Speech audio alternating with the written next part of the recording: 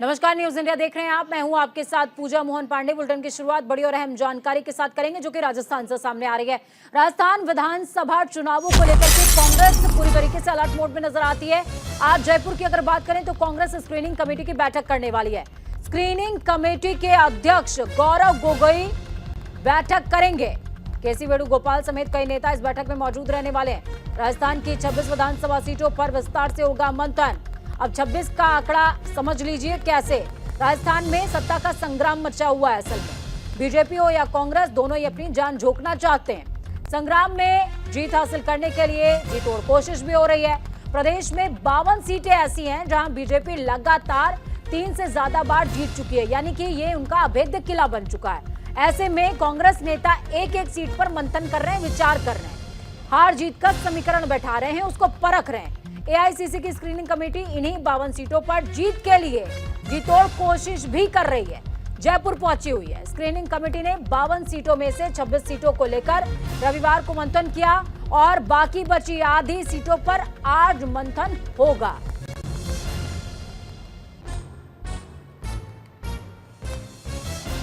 तो देखिए, बीजेपी का एबीसीडी फॉर्मूला तो आप समझ गए होंगे कि किस तरीके से विधानसभा सीटों को एबीसीडी कैटेगरी में डिवाइड किया गया है। डी कैटेगरी वो जिस पर कोई उम्मीद नहीं है। तो अगर आप एबीसीडी उधर का समझ गए हैं तो इधर का ये मान लीजिए कि ये कांग्रेस की डी कैटेगरी है, जहां पर कांग्रेस के लिए किला फतेह करना बहुत मुश्किल टास्क। लेकिन फिर भी इस मिशन इम्पॉसिबल को पॉसिबल करने के लिए कांग्रेस स्क्रीनिंग कमेटी की बैठक कर रही है।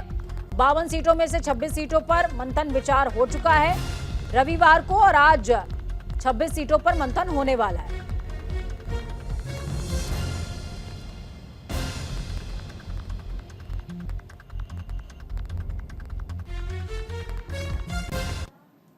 तो एक अंतर्राष्ट्रीय स्तर की बड़ी और अहम जानकारी आपको दे रहे हैं। असल में आज सऊदी अरब और भारत की मुलाकात होने वाली है। कैसे समझिए, पीएम नरेंद्र मोदी से मिलेंगे मोहम्मद बिन सलमान। दोनों देशों के बीच में द्विपक्षीय वार्ता होने वाली है। भारत सऊदी रणनीतिक साझेदारी पर हस्ताक्षर संभव है। सऊदी अरब के प्रधानमंत्री और क्राउन प्रिंस मोहम्मद बिन सलमान दोनों ही आज सुबह लगभग 11 बजे, यानी कि अब से कुछ ही देर के बाद हैदराबाद हाउस में भारत के प्रधानमंत्री नरेंद्र मोदी से मुलाकात कर सकते हैं। जानकारी के मुताबिक प्रधानमंत्री मोदी से मुलाकात से पहले सऊदी अरब के प्रधानमंत्री प्रिंस दोनों ही सुबह करीबन 10 बजे नई दिल्ली के राष्ट्रपति भवन पहुंचेंगे। औपचारिक उनका स्वागत किया जाएगा। हैदराबाद हाउस की अगर बात करें तो पीएम मोदी के साथ में अपनी बैठक के बाद Saudi crown Prince Bharat Saudi रणनीति साझेदारी परिषद की पहली बैठक के मिनटों में हस्ताक्षर करने की उम्मीद भी जताई जा रही है। इसके बाद वो शाम को राष्ट्रपति भवन में राष्ट्रपति द्रौपदी मुर्मू से मुलाकात भी करेंगे।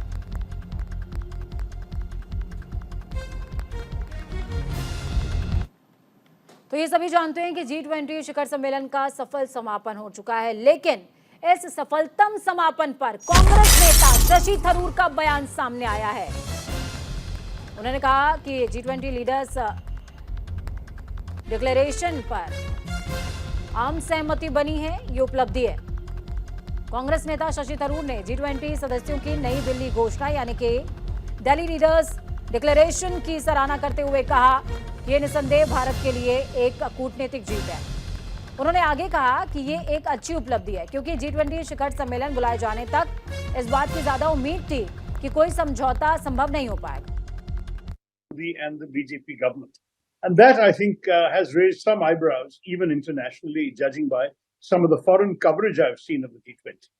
So success when it comes to the outcome, less impressive when it comes to the democratic practices that were not followed, and somewhat sort of curious that one of the main purposes of the G20 appears to have been to anoint the ruling party and the Prime Minister for the forthcoming general elections. That would be my overall assessment.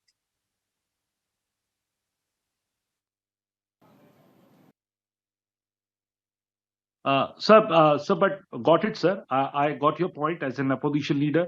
But some chief ministers were also invited. I don't want to go onto the details that some of the Congress chief ministers avoided the program and only chief ministers have responsibility for their states. It is the national level leader of the opposition and the opposition MPs who follow national policies and foreign policy. So when you're having an international event, MPs are the ones who normally would be the ones to invite if you want to showcase some opposition MPs as part of your mother of democracy concept. But no MPs were invited, not even Mr. Kharge, the leader of the opposition. That is unprecedented, surprising, and disappointing. Sir, how do you look at the initiative of India, Middle East, Europe Economic Corridor? This was initiated in the summit. How do you see this, sir? Yeah, this was a new development. I think while something like the admission of the African Union was expected, even telegraphed well before the summit, and whereas even some of the other agreed language on debt relief, on sustainable development, and so on, all of that can be advertised as successful, but it doesn't really connect to any concrete outcome so far. It's just, capable, pious platitudes, one might say, which were well done, no problem with it. But at the same time, one could definitely argue that that alone does not give us enough to be celebrating. The India Middle East EU initiative is completely new, not something that was anticipated earlier, and that has tremendous potential for the future, provided it is implemented properly. The worry about many international summits is very often that in our country, we've also seen this, that you have a summit, you focus on agreeing a declaration, and you get a triumphant result in terms of agreed language, but then implementation never follows. We've seen, for example, on issues like the availability of development financing or the promises by rich countries to contribute towards climate change efforts in the developing world, that there is excellent language in many summits going back 15 years, but none of this has actually been implemented. The sums promised has never come, and action has not resulted. So I would say on this one, it's a welcome initiative, but the proof of the pudding, as the cliche goes, is in the eating. We will have to see how well this is implemented in our country and in the other countries that are part of this initiative. So, very shortly, before wrapping up, I want to ask you, do you think that India managed to handle the Ukraine-Russia crisis in the dialogues? And at the same time, you have also praised India's G20 Sherpa Amitabh.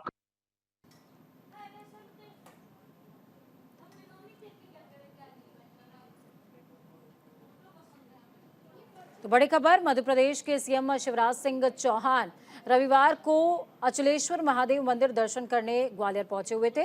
यहां पर airport पर केंद्रीय मंत्री ज्योतिरादित्य सिंधिया और ग्वालियर के प्रभारी मंत्री तुलसीराम सिलावट ने उनका स्वागत किया।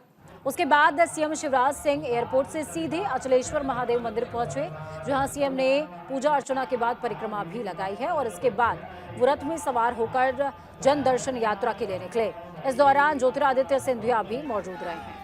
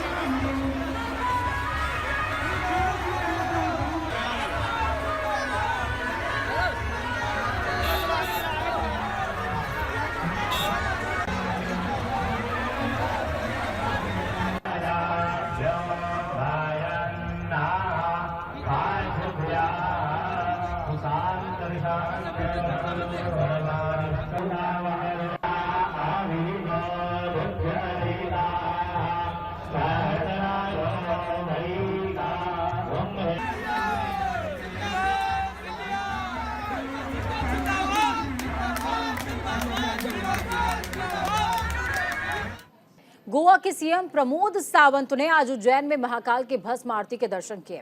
इसके बाद उन्होंने कहा कि मैंने आज महाकालेश्वर की पूजा की और सभी की भलाई के लिए प्रार्थना की है। जय महाकाल।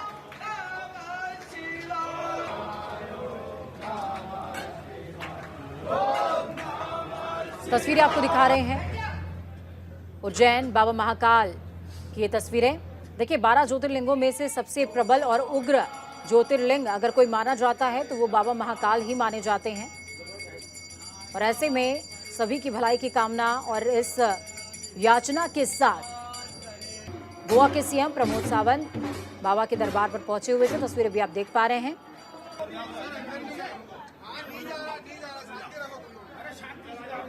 और सिर्फ एक ही उम्मीद, एक ही भाव कि प्रदेश में सबका भला हो।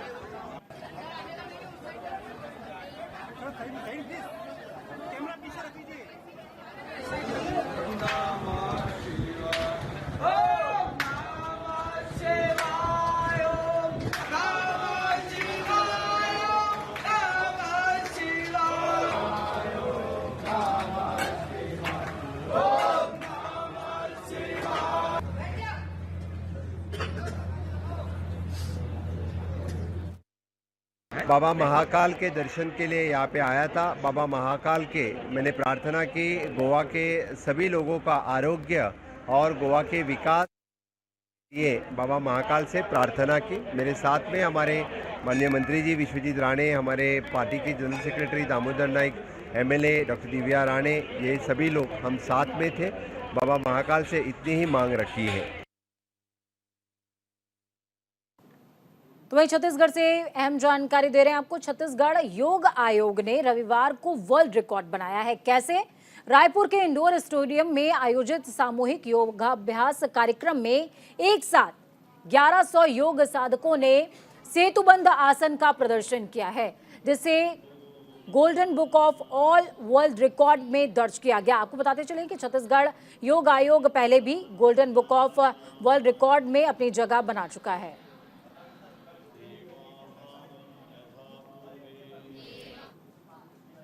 राजस्थान के भीलवाड़ा से एक दर्दनाक खबर सामने आई, जहां पर महिला से गैंगरेप के आरोपियों ने किया और उसके बाद दरिंदगी की वारदात को अंजाम दिया है। फिलहाल गैंगरेप के दोनों ही आरोपी गिरफ्तार हो गए हैं। राजस्थान के भीलवाड़ा जिले से एक दिल दहला देने वाला मामला सामने आया, जहां पर बदमाशों ने एक महिला का अपहरण किया। उसे शहर से 8 किलोमीटर दूर एक खंडहर नुमा मकान में ले गए। उसके बाद उस महिला के साथ दरिंदगी की वारदात को अंजाम दिया। फिर उसे बदहवास और नग्न स्थिति में छोड़कर वहां से रफू चक्कर भी हो गए।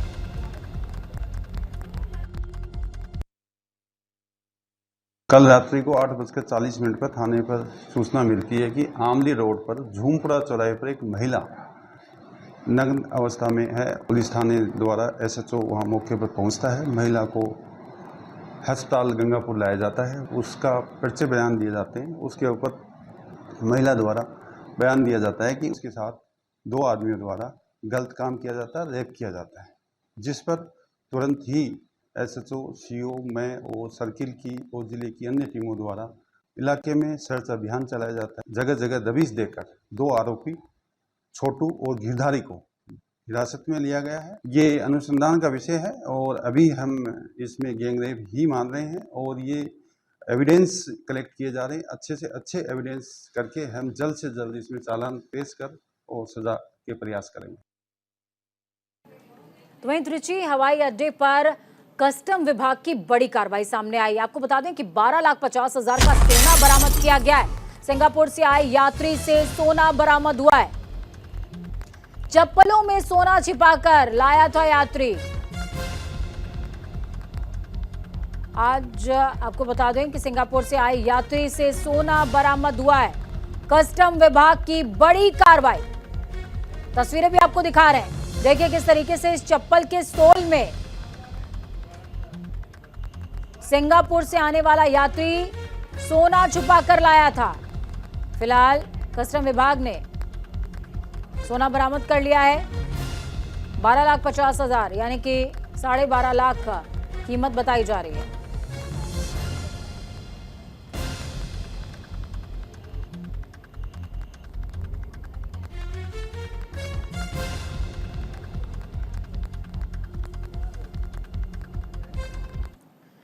तो खेल के मैदान से बड़ी खबर, आज रिजर्व डे पर भारत पाकिस्तान का मैच होने वाला है।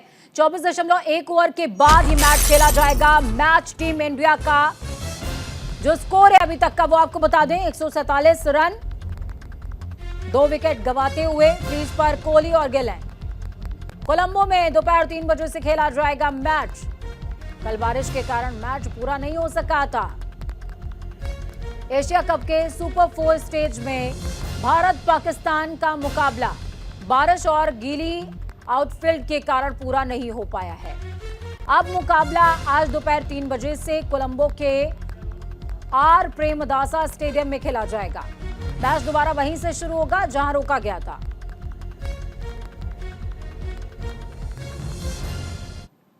तो ये आपको बता दें कि 147 रन बने हुए थे। भारतीय पारी भी लगातार अब जारी रहने वाली है। उत्तराखंड से आपको बड़ी खबर, अहम जानकारी दे रहे हैं। उत्तराखंड में बारिश का कहर देखने को मिल रहा है। काशीपुर में बारिश की वजह से मकान ढह गया है।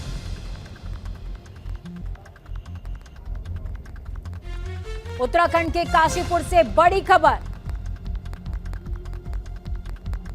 उत्तराखंड में इंद्रदेव की नाराजगी लगातार जारी है। यही वजह है कि बारिश कहर बरपा रही है। उत्तराखंड में बारिश की वजह से एक मकान ढह गया है।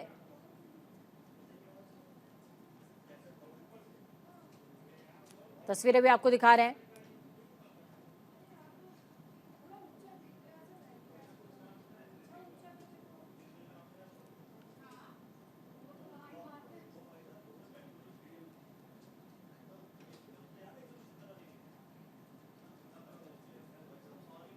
काशीपुर की ये तस्वीरें आप देख पा रहे हैं।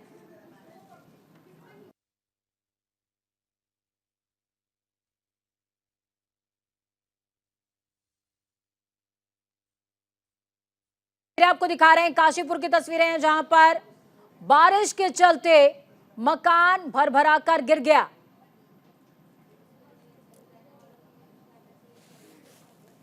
तो ये हम तस्वीरें आपको दिखा रहे हैं उत्तराखंड की तस्वीरें जहां पर काशीपुर में बारिश का कहर इतना ज्यादा देखने को मिला कि मकान भर-भरा कर गिर गया है।